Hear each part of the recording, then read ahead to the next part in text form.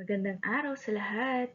Muli, ako si Teacher JM at ngayong araw na ito, magkakaroon tayo ng video tutorial tungkol sa pagsagot sa grid para sa ELNA. Handa na ba kayo? Tara, simulan na natin!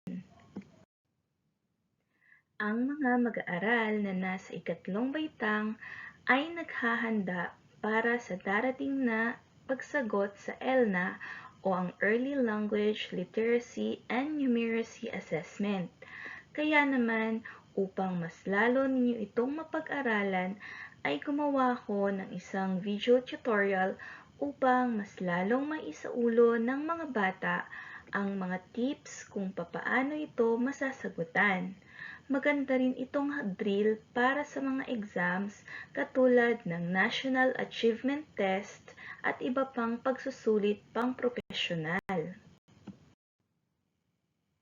Ang video na ito ay ginawa upang makatulong sa mga guro at mga magulang kung papaano mas maituturo sa mga bata ang tamang pag-shade o pagsagot tungkol sa kanilang mga impormasyon para sa darating na ELNA o Early Language Literacy and Numeracy.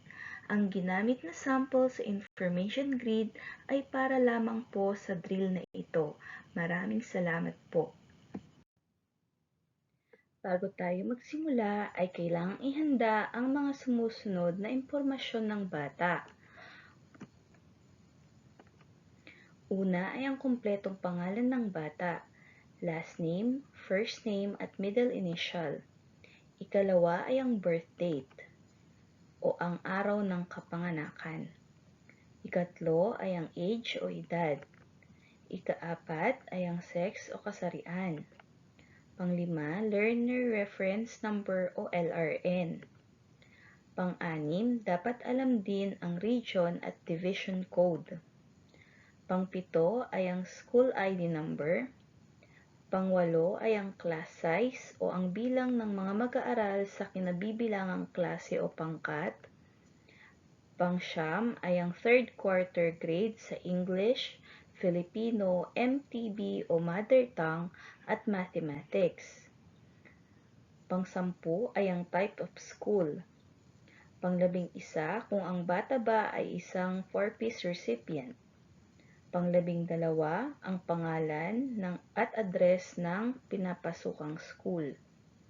Pang-13 kung kasali ba sa special classes o programs. At ang pang-14 ang mother tongue language tested sa ELNA. Narito ang sample ng information grid drill. Bago ang lahat ay may mga dapat lang tayong tandaan sa pag-shade o pagmamark ng ating information grid drill. Una, use number 1 or 2 pencil only. Ngunit, mas applicable o mas advisable na number 2 Mongol na payat na lapis ang gamitin. Ikalawa, do not use ink, ballpoint, or felt tip pens. Hindi pwede ang ink o anumang klase ng ballpen o sign pen. Ikatlo, make solid marks that fill the response completely. Kailangan ay ayusin ang pagmarka o ayusin ang pag-shade sa bilog ng corresponding letter o number ng inyong sagot. Katulad ng nakikita nyo, hindi maaaring lagyan lamang ito ng check o X. Ayan. At hindi rin pwede na kalahati lamang o hindi buo ang pagkakashade. Kailangan buo ang pagkakashade ng letra o numero ng inyong sagot. Katulad nito, ito ang tamang pag-shade ng bilog. Ikaapat, erase clearly any marks you wish to change. Kung kailangan mong magbura, ay burahin ng maigi ang marking o ang shade na iyong ginawa. At ang panghuli, make no stray marks on this form. Huwag susulatan ng kahit na ano ang papel maliban sa mga dapat na isagot rito. Unahin muna nating sagutan ang pangalan ng bata o ang pupil's name. Sa pagsagot sa form ay nauuna ang pangalan ng bata. Mauuna nating sagutan ang last name, first name at middle initial. Halimbawa, ang kumpletong pangalan ng bata ay Juan O. de la Cruz. Ang last name niya ay de la Cruz, ang first name ay Juan, at ang middle initial ay O. Tandaan natin na kapag tayo ay magsusulat ng mga letra, dapat ito ay nakasulat sa malaking titik. So, handa na ba kayo? Isulat na natin ang isang halimbawa. Una sa lahat, makikita natin dito sa may last name, ayan, so ito ang last name, na may mga boxes dyan. So, bawat box ay may mga letter kung ano yung apelyido ng bata. Halimbawa, Juan de la Cruz. So, de la Cruz ang last name. So, bawat letter, yan, isulat muna. Isulat nyo muna, mamaya na lang isi-shade para hindi tayo magkamali. Ngayon, papaano kapag dalawa katulad nito, de la Cruz? So, maglalagpas ng isang box. Ayan. Ganon din ang gagawin kapag sa first name. So, i-fill up muna natin. Nakasulat siya sa malaking titik. Pagkatapos maisulat, saka natin siya isi-shade. So, una yung D. So, i-shade na para hindi malito ang mga bata. E, L, A. So, yung kung ano yung katapat niya na letter, yun ang isi-shade niya na corresponding letter doon sa bilog. Kapag may lagpas na isa na kahon, so wala kang isi-shade doon. Sunod ay sa C, R, U at Z. Ngayon, kapag may kahon na katapat at walang nakasulat doon na letter o number, ay ililive lang natin siya as blank. So, tapos na tayo sa last name. Sunod ay ang first name. Tandaan natin na dito tayo magsisimula sa first name. So, may linya yan. So, J, U, A, N. Pagkatapos, ililive na natin yung sumunod na mga boxes kasi wala na. Tapos na yung pangalan. Dito na tayo sa may middle initial O. So, yun. Isi-shade niya na yung O. So, ganyan po ang tamang pag-shade ng information sa grid drill ng pangalan ng bata. Sunod ay ang region at division code. Yan. So, dito po sa region at division code, dapat alam na po ng bata kung ano ito. So, halimbawa, ang region is 4A. So, doon nakatira sa 4A. Calabarzon ang 4A. So, pwedeng nasa Cavite, Laguna, Batangas, Rizal o Quezon. Okay, so pagkatapos po nun, isi-shade niya lang yung katapat niyang letter. Pagkatapos, dito naman po sa sumunod, makikita natin nakasulat division. So, ang isusulat po natin ay yung division code. Dalawang numero lang po yan. So, number ang nandyan. Okay, so ang example natin is 21. So, unahin muna nating isulat yung dalawang number bago po mag-shade. So, 2 at saka 1. So, yan po ang region at division code. Halimbawa lang po yan. So, itatanong po yan or ibibigay po yan ng teacher. Dito naman ilalagay ang Learner Reference Number o LRN. Okay po. So, sa Learner Reference Number, tandaan po natin na 12 numbers ito at unique sa bawat bata. Ibig sabihin, hindi po sila pare-pareho ng LRN o Learner Reference Number. So, tulad ng sinabi ko, unahin po munang isulat ang number. So, meron tayong example dyan sa screen, makikita nyo. So, isusulat muna ng bata para hindi siya malito. Ito po ay binibigay ng advisor ng bata o kaya nasa ID po nila. So, ang example natin dyan ay nasa screen. Pagkatapos niyang maisulat sa bawat box, so isang number sa bawat box, saka niya isi-shade. So, kung ano yung katapat niya, halimbawa 0 dun sa unang line. So, 0 lang yung kanyang isi-shade dun na bilog. And then 1, susunod na number yung 2, then 3, 4, 5, 6, 7, 8, 9, 1, and 0. So, makikita nyo po na sa bawat katapat niya na bilang o number, iisa lang yung na-shade. So, ganyan po ang tamang pagsusulat at pag-shade. Kasunod naman ay ang birth date ng bata o ang araw ng kapanganakan.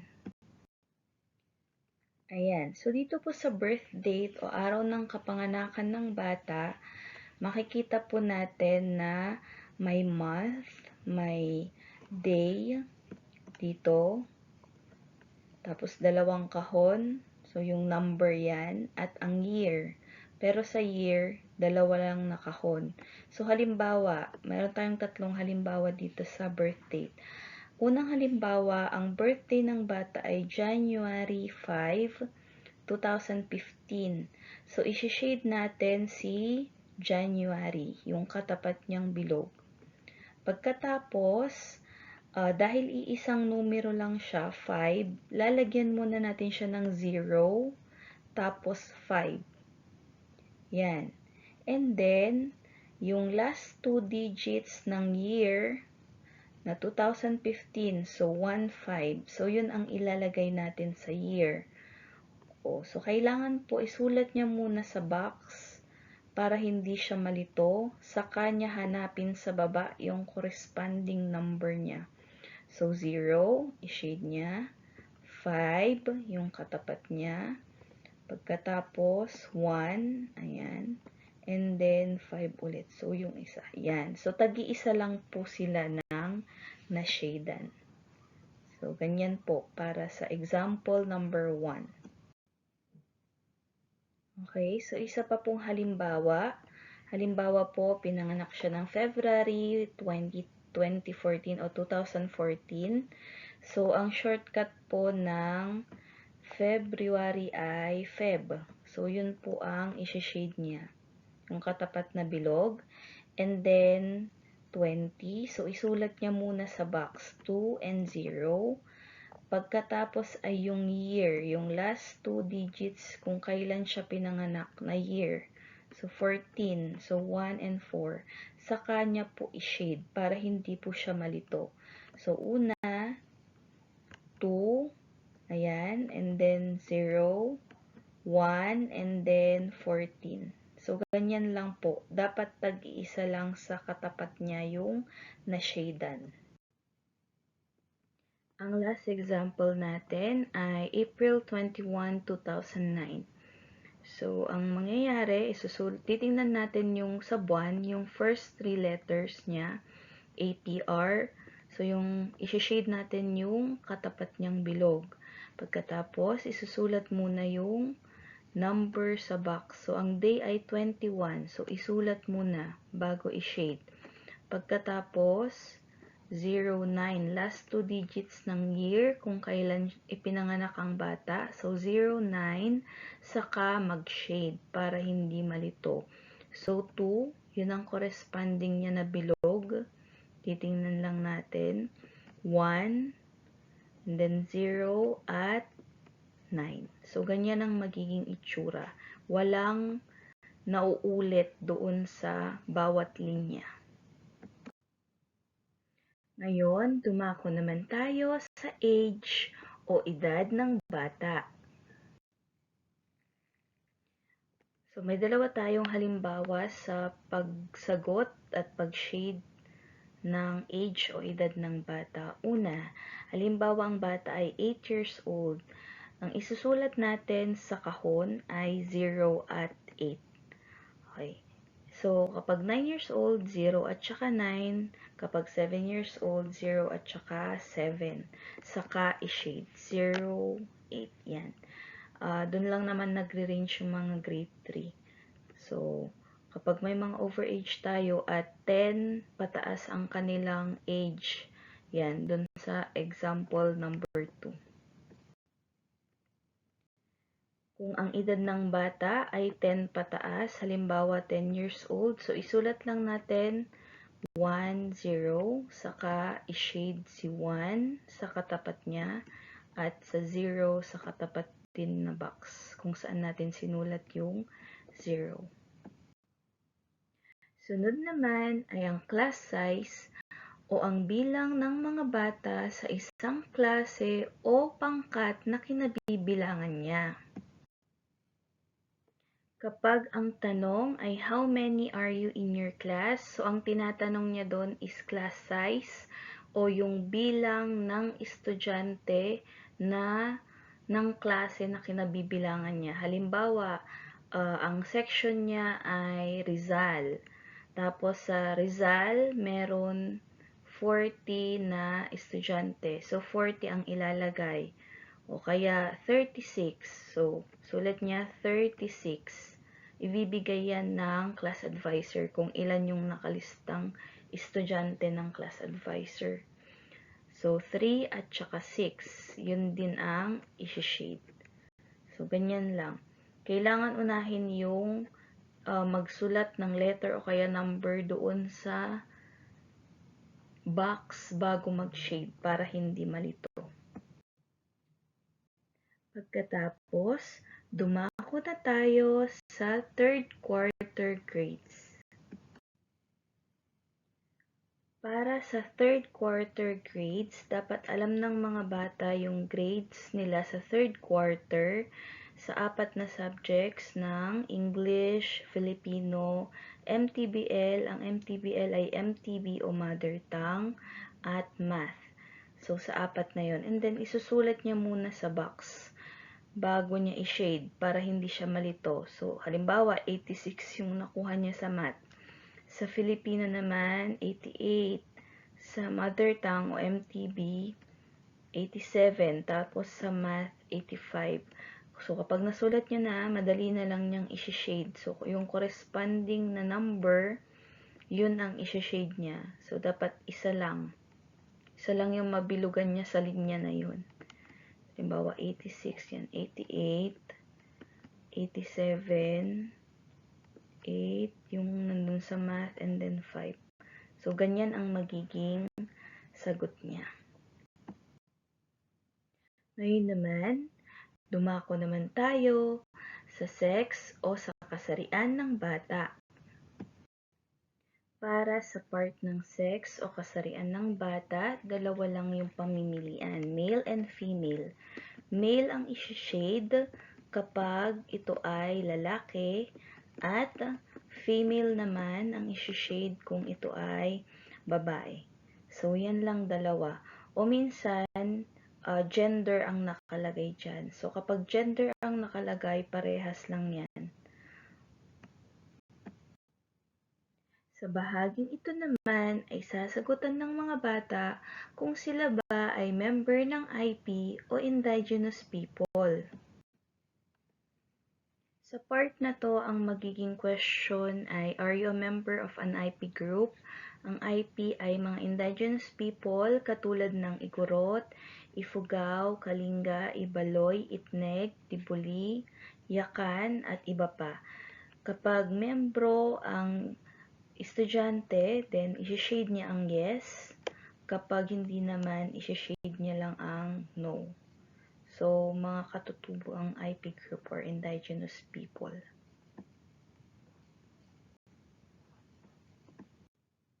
Next is the school ID or school ID number. So, ang school ID number ay 6 numbers. So, halimbawa, meron tayong example dyan. So, pagkatapos maisulat yung school ID number sa box, so bawat isang box, isang number, saka isi-shade ng bata. So, makikita nyo na kapag nag-shade, tag-iisa lang. Hindi pwede na sa iisang column nakasulat lahat ng number.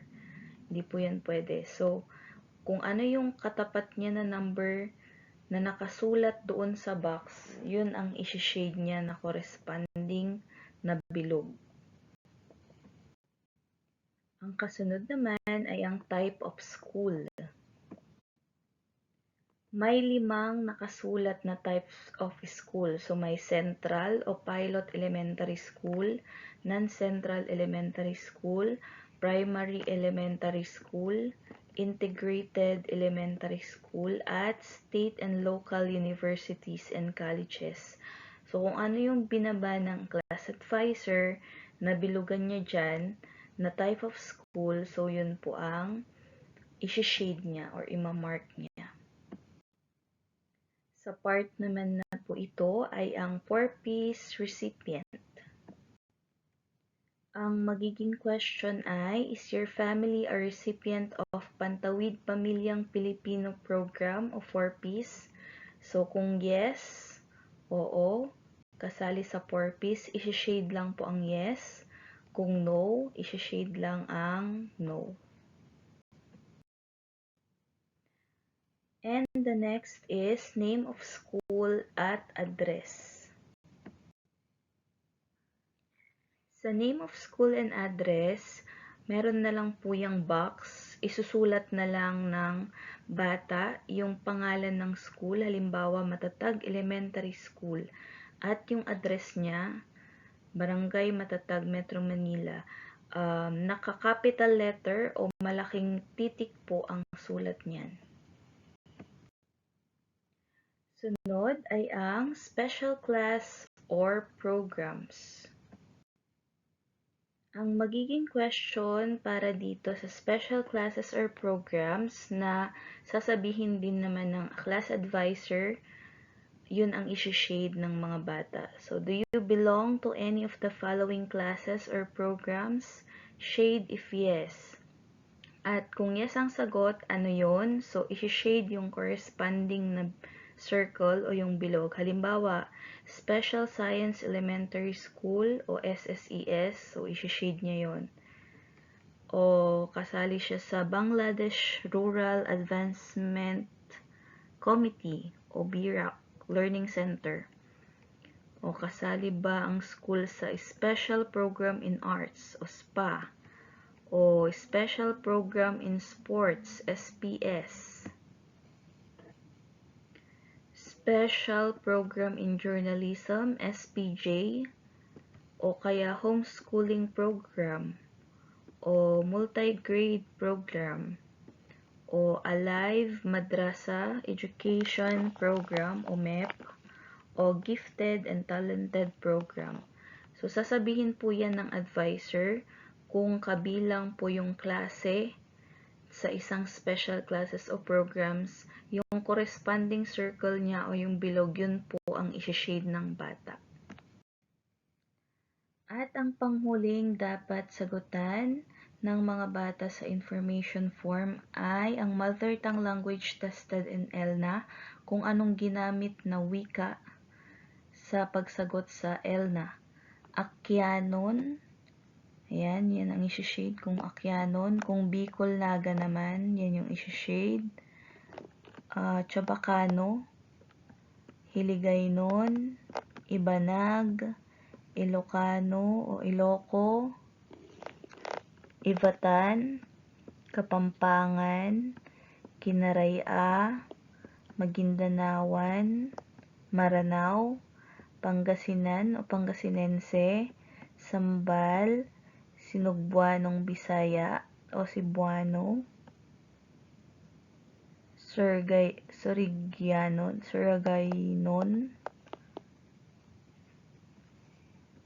Tagalog, Tausug, Waray, Yakan. Kung wala po dyan, isi-shade ang none of the above kung wala.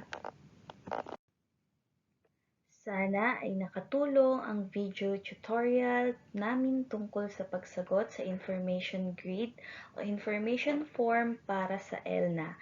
Ganito rin po ang pagsagot sa iba pang mga national tests o professional licensure examinations, kaya sana ay makatulong po ito. Muli, ako po si Teacher JM at maraming salamat sa inyong panonood. Sana ay i-visit nyo ang ating YouTube channel para sa iba pang tutorial at educational videos na mayroon tayo. I-click ang like at subscribe button, pati na ang notification bell para makareceive kayo ng marami pang updates at mga educational videos. Paki-share and leave your comment na rin para suportahan ang ating YouTube channel. Muli, ako si Teacher JM at maraming salamat. See you next video.